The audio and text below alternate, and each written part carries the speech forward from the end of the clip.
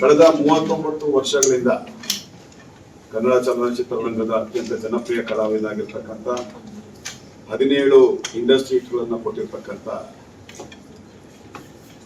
ಎಲ್ಲದಕ್ಕಿಂತಲೂ Karnataka Ratna doctor Rajkumar ಅವರ ಹಿರಿಯ ಮಗನಾಗಿರ್ತಕ್ಕಂಥ doctor Shivraj Kumar ಅವರ ಬಗ್ಗೆ ಮಡೆನೂರು ಮನು ಇಂಥ ಕೀಳಾಗಿ ಮಾಡಿದ ಮೇಲೂ ಕೂಡ ಚಲನಚಿತ್ರ ವಾಣಿಜ್ಯ ಮಂಡಳಿ ಸ್ಪಂದಿಸ್ತು, ನಿರ್ಮಾಪಕರ ಸಂಘ ಸ್ಪಂದಿಸ್ತು. ಆದರೆ ಕಳೆದ 19 ವರ್ಷಗಳಿಂದ ಚುನಾವಣೆಗೆ ಅವಕಾಶ ಮಾಡಿಕೊಡದೆ ಡಾಕ್ಟರ್ ರಾಜ್ಕುಮಾರ್ ಅವರು ನಮ್ಮನ್ನ ಅಗಲದ ನಂತರ ಅವರಿರೋ ತನಕ ಅತ್ಯಂತ ಶ್ರೀಮಂತವಾಗಿದ್ದಂಥ ಕನ್ನಡ ಚಲನಚಿತ್ರ ಕಲಾವಿದರ ಸಂಘ ಇವತ್ತು ನಿಷ್ಕ್ರಿಯವಾಗಿ ಇವತ್ತು ಇದರ ವಿರುದ್ಧ ದೊಡ್ಡ ಧ್ವನಿಯಾಗಿ ನಿಲ್ಬೇಕಾಗಿತ್ತು.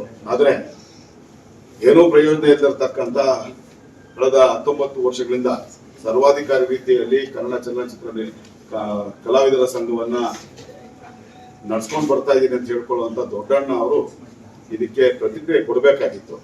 ಆದರೆ ಈಗಾಗಲೇ ನಾನು ರಿಜಿಸ್ಟ್ರಾರ್ ಆಫ್ ಕೋಆಪರೇಟಿವ್ ಸೊಸೈಟೀಸ್ ಅವರಿಗೆ ದಾಖಲೆಗಳ ಸಹಿತ ದೂರನ್ನ ಕೊಟ್ಟಿದ್ದೀನಿ. ಅದು ನಿಮ್ಮ ಎಲ್ಲ ವಾಹಿನಿಗಳಲ್ಲಿ ಬಂದಿದೆ. ಅವರು ಕೂಡ ನವೆಂಬರ್ ಒಳಗೆ ಚುನಾವಣೆ ನಡೆಸಲೇಬೇಕು ಅಂತ ನಾವು ಹೇಳಿದ್ವಿ. ನವೆಂಬರ್ ಒಳಗೆ ಚುನಾವಣೆ ನಡೆಸೋದಕ್ಕೆ ಅವ್ರು ತಯಾರಾಗಿದ್ದಾರೆ.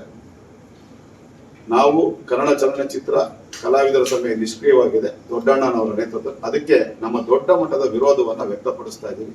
ಅವ್ರಿಗೂ ಕೂಡ ನಮ್ಮ ವಿರೋಧದ ಒಂದು ಪತ್ರಗಳನ್ನ ಅವರಿಗೆ ನೇರವಾಗಿ ತಲುಪಿಸೋರಿದ್ದೀವಿ.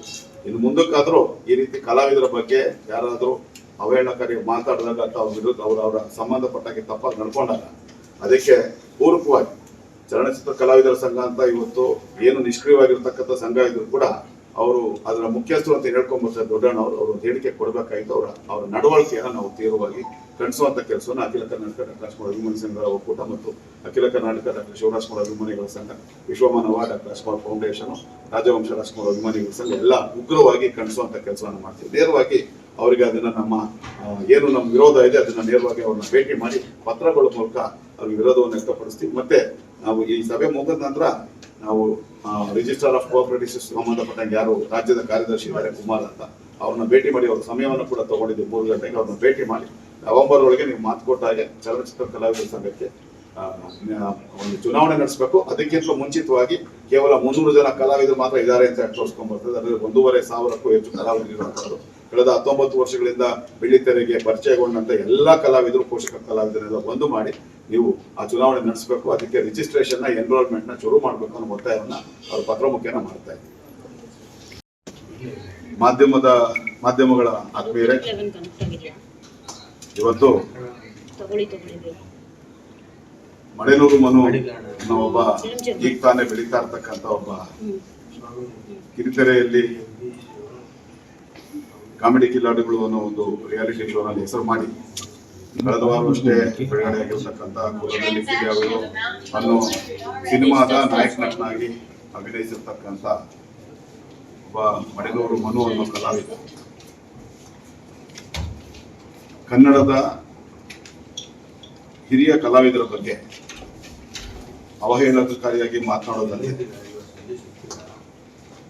ಕರ್ನಾಟಕ ಚಕ್ರವರ್ತಿ ಡಾಕ್ಟರ್ ಶಿವರಾಜ್ ಕುಮಾರ್ ಅವರು ದೊಡ್ಡಮನೆ ಕುಟುಂಬದ ಅಣ್ಣ ಅವರ ಹಿರಿಯ ಮಗನಾಗಿರ್ತಕ್ಕಂಥ ಅವರ ಸಾವನ್ನ ಬಯಸಿ ಮಾತಾಡಿರ್ತಕ್ಕಂಥ ಧ್ರುವ ಸರ್ಜಾ ಅವರು ಮತ್ತು ದರ್ಶನ್ ಅವರ ಬಗ್ಗೆ ಕೇವಲ ಮಾತಾಡಿರೋ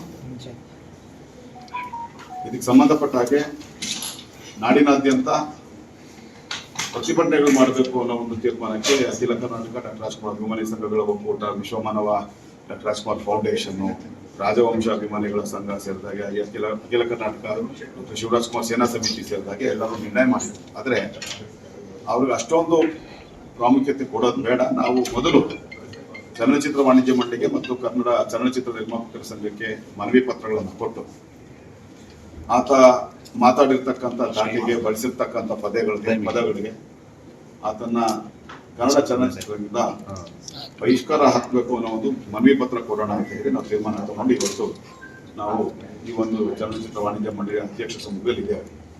3 ದಿನಗಳ ಹಿಂದೆನೆ ನಾನು ಅಧ್ಯಕ್ಷ ಆಗಿರ್ತಕ್ಕಂಥ ನರಸಿಂಹಲು ಅವರು ಮತ್ತೆ ನಿರ್ಮಾಪಕರ ಸಂಘದ ಅಧ್ಯಕ್ಷ ಆಗಿರ್ತಕ್ಕಂಥ ಉಮೇಶ್ ಬಣ್ಕಾರ್ ಅವ್ರ ಜೊತೆ ಮಾತನಾಡಿ ಈ ಬಗ್ಗೆ ನಾನು ಅತ್ಯಂತ ಸ್ಪಷ್ಟವಾಗಿ ಹೇಳಿದ್ದೆ. ಅವ್ರಿಗೆ 2 ದಿನದಲ್ಲಿ ಇದಕ್ಕೆ ಸಂಬಂಧಪಟ್ಟ ಹಾಗೆ ನಾವು ಸಭೆ ಸೇರಿ ಒಂದು ನಿರ್ಣಯ ತಗೊಳ್ತೀವಿ ಅಂತ ಹೇಳಿದ್ರು. ಕಳೆದ 4 ದಿನಗಳಿಂದ ಕರ್ನಾಟಕ ರಾಜ್ಯಾದ್ಯಂತ 73 ಪೊಲೀಸ್ ಠಾಣೆಗಳಲ್ಲಿ 130ಕ್ಕೂ ಹೆಚ್ಚು ದೂರುಗಳು ಮಡೆನೂರು ಮನು ವಿರುದ್ಧ ದಾಖಲಾಗಿದೆ. ಅಂತಿಮವಾಗಿ ಒಬ್ಬ ಬೆಳೀತಾ ಇರ್ತಕ್ಕಂಥ ಕಲಾವಿದ, ಕನ್ನಡದ ಹಿರಿಯ ನಟನಾಗಿರ್ತಕ್ಕಂಥ, ಕನ್ನಡದ 3ನೇ ಪೀಳಿಗೆಯಲ್ಲಿ ಅತ್ಯಂತ ಹಿರಿಯರಾಗಿರ್ತಕ್ಕಂಥ 39 ವರ್ಷಗಳಿಂದ ಕನ್ನಡ ಚಲನಚಿತ್ರರಂಗದ ಏಕಮೇವಾದ್ವಿತೀಯ ನಟನಾಗಿರ್ತಕ್ಕಂಥ ಡಾಕ್ಟರ್ ಶಿವರಾಜ್ ಕುಮಾರ್ ಅವರ ಬಗ್ಗೆ ಮಾತನಾಡಿರೋದು, ಕೆಟ್ಟದಾಗಿ ಮಾತನಾಡಿರೋದಲ್ಲದೆ ಅವರ ಸಾವನ್ನ ಬಯಸಿ ಅವರಿಗೆ 2 ರಿಂದ 6 ವರ್ಷ ಮಾತ್ರ ಬದುಕಿರ್ತಾರೆ ಅನ್ನೋ ಒಂದು ಮಾತುಗಳನ್ನು ಹೇಳಿ ಕನ್ನಡಿಗರಿಗೆ ಆಘಾತವನ್ನು ಉಂಟು ಮಾಡಿರ್ತಕ್ಕಂಥ ಸಂದರ್ಭದಲ್ಲಿ ಅವ್ರ ವಿರುದ್ಧ ಕ್ರಮ ತಗೋಬೇಕು ಅಂತೇಳಿ ನಾವು ಇವತ್ತೆಲ್ಲ ಸಂಘಟನೆಗಳು ಕೇವಲ ಅವರಿಗೆ ಮನವಿ ಪತ್ರ ಕೊಡೋದಕ್ಕೆ ಮಾತ್ರ ಇವತ್ತು ನಾವು ಸಿದ್ಧರಾಗಿ ಬಂದಿದ್ದೀವಿ. ಹಾಗೆ 2 ವಾಹಿನಿಗಳು ರಿಯಾಲಿಟಿ ಶೋಗಳು ನಡೆಸುವಂಥ ಸಿ ಕನ್ನಡ ವಾಹಿನಿ ಮತ್ತು ಕಲರ್ಸ್ ಕನ್ನಡ ವಾಹಿನಿಯ ಬಿಸ್ನೆಸ್ ಹೆಡ್ಗಳು ಕೂಡ ನಾವು ಮನವಿ ಪತ್ರಗಳನ್ನು ಕೊಟ್ಟು ಇನ್ನು ಮುಂದೆ ಯಾವುದೇ ಕಾರಣಕ್ಕೆ ಮಡೆನೂರು ಮನು ಅವರಿಗೆ ನಿಮ್ಮ ವಾಹಿನಿಗಳಲ್ಲಿ ರಿಯಾಲಿಟಿ ಶೋಗಳಲ್ಲಿ ಅವರಿಗೆ ಅವಕಾಶ ಕೊಡಬಾರ್ದು ಅಂತ ಹೇಳಿ ಅವರಿಗೆ ಮನವಿ ಪತ್ರವನ್ನು ಕೊಟ್ಟಿದ್ದೀವಿ. ಅವರು ಕೂಡ 2 ಸಂಸ್ಥೆಯವರು ಪೂರಕವಾಗಿ ಸ್ಪಂದಿಸಿದ್ದಾರೆ. ಅಷ್ಟೊಂದು ಹಿರಿಯ ನಟನ ಬಗ್ಗೆ, ಕನ್ನಡದ ಕಲಾವಿದರ ಬಗ್ಗೆ ಇಷ್ಟೊಂದು ಕೇವಲವಾಗಿ ಮಾತಾಡಿರ್ತಕ್ಕಂಥ ಅದನ್ನ ನಾವು ಇನ್ನು ಬೆಂಬಲಿಸುವಂಥದ್ದು ಅವ್ರಿಗೆ ಅವಕಾಶ ಕೊಡೋ ಮಾತೇ ಇಲ್ಲ ಅಂತ ಅವರು ಕೂಡ ಹೇಳಿದ್ದಾರೆ. ಹಾಗಾಗಿ ಒಂದು ಚಲನಚಿತ್ರ ವಾಣಿಜ್ಯ ಮಂಡಳಿಯ ಅಧ್ಯಕ್ಷರು ಮತ್ತು ನಿರ್ಮಾಪಕರ ಸಂಘದ ಅಧ್ಯಕ್ಷರ ಮೇಲೆ ಅಪಾರವಾದಂಥ ಭರವಸೆ ಇರೋ ಹಿನ್ನೆಲೆಯಲ್ಲಿ, ಹಾಗೆ ಆ 2 ವಾಹಿನಿಗಳ ಮುಖ್ಯಸ್ಥರ ಮೇಲೆ ನಮಗೆ ಗೌರವ ಮತ್ತು ನಂಬಿಕೆ ಇರೋ ಹಿನ್ನೆಲೆಯಲ್ಲಿ ಇವತ್ತು ಕೇವಲ ನಾವು ಮನವಿ ಪತ್ರಗಳಿಗೆ ಸೀಮಿತವಾಗಿ ನಮ್ಮ ಹೋರಾಟವನ್ನ ನಾವು ಮುಗಿಸುವಂತ ಕೆಲಸವನ್ನು ಮಾಡ್ತಾ ಇದ್ದೀವಿ. ಆದರೆ ಅಂತಿಮವಾಗಿ ಆತ ಇವತ್ತೇನು ಅತ್ಯಾಚಾರ ಪ್ರಕರಣದಲ್ಲಿ ಆತ ದಾಖಲಾಗಿ ಇವತ್ತು ಸಿಕ್ಕಾಕೊಂಡು ಇವತ್ತು ನ್ಯಾಯಾಂಗ ಬಂಧನದಲ್ಲಿದ್ದಾರೆ. ಆತನಿಗೆ ಜಾಮೀನು ಸಿಕ್ಕಿ ಹೊರಬಂದ ನಂತರ ಆತನ ಮನೆಯ ಮುಂದೆ ನಾವು ಸಾವಿರಾರು ಸಂಖ್ಯೆಯಲ್ಲಿ ಆತನ ವಿರುದ್ಧ ಒಂದು ಪ್ರತಿಭಟನೆ ಎಲ್ಲ ಸಂಘಟನೆಗಳ ಮೂಲಕ, ಅಖಿಲ ಕರ್ನಾಟಕ ಡಾಕ್ಟರ್ ರಾಜ್ಕುಮಾರ್ ಅಭಿಮಾನಿ ಸಂಘಗಳ ಒಕ್ಕೂಟದ ಮೂಲಕ, ಹಾಗೆ ನಾನು ಈಗಾಗಲೇ ಹೇಳಿದಂತೆ ಬೇರೆ ಬೇರೆ ಅಣ್ಣವರ ಅಭಿಮಾನಿಗಳ ಸಂಘಟನೆಗಳ ಮೂಲಕ ಮಾಡೋರಿದ್ದೇವೆ ಅನ್ನೋ ಒಂದು ಮಾತನ್ನು ಕೂಡ ನಾನು ಹೇಳ್ತಾ, ಅದಾದ ನಂತರ ಕಳೆದ ವಾರ ಚೆನ್ನೈಯಲ್ಲಿ ನಡೆದ ಥಗ್ ಲೈಫ್ ಅನ್ನೋ ಸಿನಿಮಾಗೆ ಸಂಬಂಧಪಟ್ಟ ಹಾಗೆ ಒಂದು ಪ್ರೀ ರಿಲೀಸ್ ಪ್ರೋಗ್ರಾಮ್ಗೆ ಸಂಬಂಧಪಟ್ಟ ಹಾಗೆ ಕಮಲಾಸನ್ ಅವ್ರು ಮಾತಾಡ್ತಾ ಅಣ್ಣ ಅವ್ರ ಬಗ್ಗೆ, ಶಿವಣ್ಣ ಅವ್ರ ಬಗ್ಗೆ ತುಂಬಾ ಅಭಿಮಾನದ ಮಾತುಗಳನ್ನು ಮಾಡ್ತಾರೆ. ಅದನ್ನು ನಾವು ಸ್ವಾಗತಿಸ್ತೀವಿ. ಆದರೆ ಅವ್ರು ಮಾತನಾಡ್ತಾ ಎಲ್ಲೊಂದ್ ಕಡೆ ಅವ್ರಿಗೆ ಗೊತ್ತಿದ್ದಾಗೆ ಕರ್ನಾಟಕ ಮತ್ತು ತಮಿಳುನಾಡಿನ ಮಧ್ಯೆ ಮತ್ತೆ ಬನ್ನಿ, ದಯವಿಟ್ಟು ಬನ್ನಿ, ಉಮೇಶ್ ಭಟ್ಕರ್ ಅವರು ಬರ್ತಿದ್ದಾರೆ.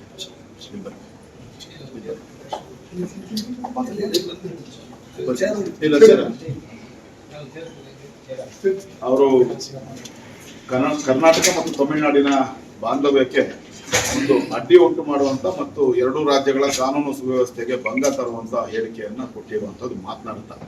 ಗೊತ್ತಿದ್ದು ಮಾತಾಡಿದಾರೋ ಗೊತ್ತಿಲ್ಲದೆ ಮಾತಾಡ್ತಾರೆ. ಆದರೆ ಅವರಿಗೆ ಗೊತ್ತಿಲ್ಲದೆ ಇರ್ತಕ್ಕಂಥದ್ದು, ಅವರು ಯಾವುದೇ ವಿಷಯವನ್ನ ಭಾಷೆಯ ವಿಷಯಗಳು ಮಾತಾಡುವಂತ ಸಂದರ್ಭದಲ್ಲಿ ಸಂಶೋಧಕರ ಅಭಿಪ್ರಾಯಗಳು ಮತ್ತೆ ಅದರ ಸತ್ಯಾಸತ್ಯತೆಗಳನ್ನು ತಿಳ್ಕೊಂಡು ಮಾತಾಡಬೇಕಾಗಿತ್ತು. ವಾಸ್ತವವಾಗಿ ಅವರಿಗೆ ಗೊತ್ತಿಲ್ಲದಿರ್ತಕ್ಕಂಥ ವಿಷಯ ಅಂತಂದ್ರೆ, ತಮಿಳು ಭಾಷೆಯಲ್ಲಿ ಸಿಕ್ಕಿರ್ತಕ್ಕಂಥ ಶಾಸನಕ್ಕಿಂತಲೂ 115 ವರ್ಷಗಳ ಹಿಂದೆ ಕನ್ನಡದ ಶಾಸನ ಸಿಕ್ಕಿರ್ತಕ್ಕಂಥದ್ದು. ನಮ್ದು ಕ್ರಿಸ್ತಶಕ 415ರಲ್ಲಿ ಬರೆದಿರ್ತಕ್ಕಂಥ ತಾಳಗುಂದ ಶಾಸನ ಸಿಕ್ಕಿದೆ. 445ರಲ್ಲಿ ಬರೆದಿರ್ತಕ್ಕಂಥ ಅಲ್ಬಿಡಿ ಶಾಸನ ಸಿಕ್ಕಿದೆ. ಕಾಪುತ್ಸವರ್ಮ, ಕದಂಬ ವಂಶದ ಕಾಪುತ್ಸವರ್ಮ ಬರೆಸಿರ್ತಕ್ಕಂಥ ಅಲ್ಬಿಡಿ ಶಾಸನ ಸಿಕ್ಕಿದೆ. ಅದಕ್ಕಿಂತಲೂ ಪುರಾತನವಾದಂಥ ಪ್ರಾದೇಶಿಕ ಭಾಷೆಗಳಿಗೆ ಸಂಬಂಧಪಟ್ಟ ಬೇರೆ ಯಾವುದೂ ಶಾಸನಗಳು ಸಿಕ್ಕಿಲ್ಲ. ಬ್ರಾಹ್ಮಿ ಲಿಪಿ, ಗ್ರೀಕ್ ಲಿಪಿ ಮತ್ತು ಸಂಸ್ಕೃತ ಲಿಪಿಗಳಿಗೆ ಸಂಬಂಧಪಟ್ಟ ಶಾಸನಗಳು ಹೊರತುಪಡಿಸಿದ್ರೆ ಇನ್ನುಳಿದ ಯಾವುದೇ ಪ್ರಾದೇಶಿಕ ಭಾಷೆಗಳು ವಿಶ್ವದಲ್ಲಿ ಇರ್ತಕ್ಕಂಥ ಪ್ರಾದೇಶಿಕ ಭಾಷೆಗಳಿಗೆ ಅತ್ಯಂತ ಹಳೆಯ ಶಾಸನ ಅಂದ್ರೆ ಅದು ತಾಳಗುಂದ ಶಾಸನ. ಮುಂಚೆ 4 ವರ್ಷಗಳ ಮುಂಚೆ ಅದು ಅಲ್ಬಿಡಿ ಶಾಸನ ಅಂತ ಇತ್ತು. ಅದಕ್ಕಿಂತಲೂ ಹಳೆಯ ಶಾಸನ ಸಿಕ್ಕಿದ್ರಿಂದ ಇದು ತಾಳಗುಂದ ಶಾಸನ ಎಲ್ಲ ವಿಶ್ವದ ಎಲ್ಲ ಮೇರೆ, ನಾನು ಈಗಾಗಲೇ ಹೇಳ್ದಂಗೆ ಸಂಸ್ಕೃತ, ಗ್ರೀಕ್ ಮತ್ತೆ ಬ್ರಾಹ್ಮಿ ಭಾಷೆಗಳನ್ನು ಹೊರತುಪಡಿಸಿದ್ರೆ ಬೇರೆ ಯಾವುದೇ ಭಾಷೆಗೆ ಇಲ್ಲದೆ ಇರತಕ್ಕಂಥ ಶ್ರೀಮಂತ ಇತಿಹಾಸ ಕನ್ನಡ ಭಾಷೆಗೆ ಇರ್ತಕ್ಕಂಥದ್ದು. ಸುಮಾರು 2300 ವರ್ಷಗಳಿಗೂ ಹೆಚ್ಚು ಭವ್ಯ ಇತಿಹಾಸವನ್ನು ಹೊಂದಿರತಕ್ಕಂಥ ಕನ್ನಡ ಭಾಷೆಯ ಹಿರಿಮೆಯ ಬಗ್ಗೆ ಅರ್ಥ ಮಾಡ್ಕೊಳ್ಳದೆ ಕನ್ನಡ ಭಾಷೆ ತಮಿಳು ಭಾಷೆಯಿಂದ ಹುಟ್ಟಿರ್ತಕ್ಕಂಥದ್ದು ಅನ್ನೋ ಒಂದು ಮಾತನ್ನು ಅವ್ರು ಹೇಳಿದ್ದಾರೆ. ತಮಿಳು ಭಾಷೆ ಬಗ್ಗೆ ನಮಗೆ ಅಪಾರ ಗೌರವ ಇದೆ. ತಮಿಳು ಕೂಡ ಭಾರತದ ಪ್ರಾಚೀನ ಭಾಷೆಗಳಲ್ಲಿ ಒಂದು, ಅದರಲ್ಲಿ ಯಾವುದೇ ಸಂದೇಹ ಇಲ್ಲ. ಆದರೆ ತಮಿಳಿಗಿಂತಲೂ ಅತ್ಯಂತ ಪ್ರಾಚೀನ ಭಾಷೆ, ಸಿಕ್ಕಿರ್ತಕ್ಕಂಥ ದಾಖಲೆಗಳ ಮೂಲಕನೇ ನಾವು ಮಾತಾಡ್ಬೇಕಾಗತ್ತೆ. ಸಿಕ್ಕಿರ್ತಕ್ಕಂಥ ದಾಖಲೆಗಳು, ಶಾಸನಗಳ ಪ್ರಕಾರ ಕನ್ನಡ ಅತ್ಯಂತ ಪ್ರಾಚೀನ ಭಾಷೆ ಅಂತ ರುಜುವಾತಾಗಿದ್ರು ಕೂಡ ಅದನ್ನ ಅರ್ಥ ಮಾಡ್ಕೊಳ್ಳದೆ, ಅದನ್ನ ಅಧ್ಯಯನ ಮಾಡದೆ ಅವರು ಒಂದು ಎಲ್ಲೋ ಒಂದ್ ಕಡೆ ತಮಿಳು ದುರಭಿಮಾನದಿಂದ ಮಾತಾಡಿರ್ತಕ್ಕಂಥದ್ದು ನಾವು ಕನ್ನಡಿಗರು ಖಂಡಿಸ್ತಾ ಇದ್ದೀವಿ. ಹಾಗಾಗಿ ಅವರ ಚಿತ್ರ ಅವ್ರು ನಡೆಸಿರ್ತಕ್ಕಂಥ ತಗ್ ಲೈಫ್ ಸಿನಿಮಾ 5ನೇ ತಾರೀಕು ಕರ್ನಾಟಕ ರಾಜ್ಯಾದ್ಯಂತ ಬಿಡುಗಡೆ ಆಗ್ತಾ ಇದೆ. ಹಾಗಾಗಿ ಚಲನಚಿತ್ರ ವಾಣಿಜ್ಯ ಮಂಡಳಿಗೆ ನಾವು ಮನವಿ ಮಾಡ್ಕೊಳ್ತಾ ಇರೋಂಥದ್ದು, ಈ ಸಿನಿಮಾಗೆ ಸಂಬಂಧಪಟ್ಟ ಯಾರು ಇಲ್ಲಿ ಹಂಚಿಕೆದಾರರಿದ್ದಾರೆ ಅವ್ರನ್ನ ಇವತ್ತೇ ಕರೆಸಿ ನೀವು ಮಾತನಾಡಿ, ಅದಕ್ಕೆ ಕಮಲಾಸನ್ ಅವರಿಂದ ನಾಳೆ ಸಂಜೆ ಅವ್ರಿಗೆ ಸ್ಪಷ್ಟೀಕರಣ ಕೊಡಿಸ್ಬೇಕು. ಇಲ್ಲದೆ ಹೋದ್ರೆ 5ನೇ ತಾರೀಕು ತಗ್ ಲೈಫ್ ಸಿನಿಮಾ ಎಲ್ಲೆಲ್ಲಿ ಬಿಡುಗಡೆ ಆಗುತ್ತೆ ಅಲ್ಲೆಲ್ಲ ನಾವು ಅಖಿಲ ಕರ್ನಾಟಕ ಡಾಕ್ಟರ್ಸ್ ಅಭಿಮಾನಿ ಸಂಘಗಳ ಒಕ್ಕೂಟ ಮತ್ತು ಅಣ್ಣವರ ಎಲ್ಲ ದೊಡ್ಡಮನೆ ಕುಟುಂಬದ ಅಭಿಮಾನಿಗಳ ಸಂಘಗಳ ಎಲ್ಲರ ವತಿಯಿಂದ ನಾವು ಪ್ರತಿಭಟನೆ ಕಾರ್ಯಕ್ರಮಗಳನ್ನ ಹಮ್ಮಿಕೊಳ್ಬೇಕಾಗತ್ತೆ. ಅದಕ್ಕೆ ಅವಕಾಶ ಮಾಡಿಕೊಡೋದು ಬೇಡ. ಅವ್ರು ಗೊತ್ತಿಲ್ಲದೆ ಆಡಿದ್ರೆ ಅದು ಅವ್ರ ದುರಹಂಕಾರ, ಗೊತ್ತಿಲ್ಲದೆ ಆಡಿದ್ರೆ ಅದನ್ನು ನಾವು ಕ್ಷಮಿಸಕ್ಕೆ ತಯಾರಾಗಿದ್ದೀವಿ. ಆದರೆ ಅದಕ್ಕೆ ಅವ್ರ ಕ್ಷಮಾಪಣೆಯನ್ನ ಕನ್ನಡಿಗರಲ್ಲಿ ಕೇಳಬೇಕು ಅಂತ ಹೇಳಿ ನಾನು ಅತ್ಯಂತ ಸ್ಪಷ್ಟವಾಗಿ ನಾನು ಚಲನಚಿತ್ರ ವಾಣಿಜ್ಯ ಮಂಡಳಿ ಅಧ್ಯಕ್ಷರನ್ನ ನಾನು ಮನವಿ ಮಾಡ್ಕೊಳ್ತಾ ಇದ್ದೀನಿ ಮತ್ತೆ ಒತ್ತಾಯ ಮಾಡ್ತಾ ಇದ್ದೀನಿ.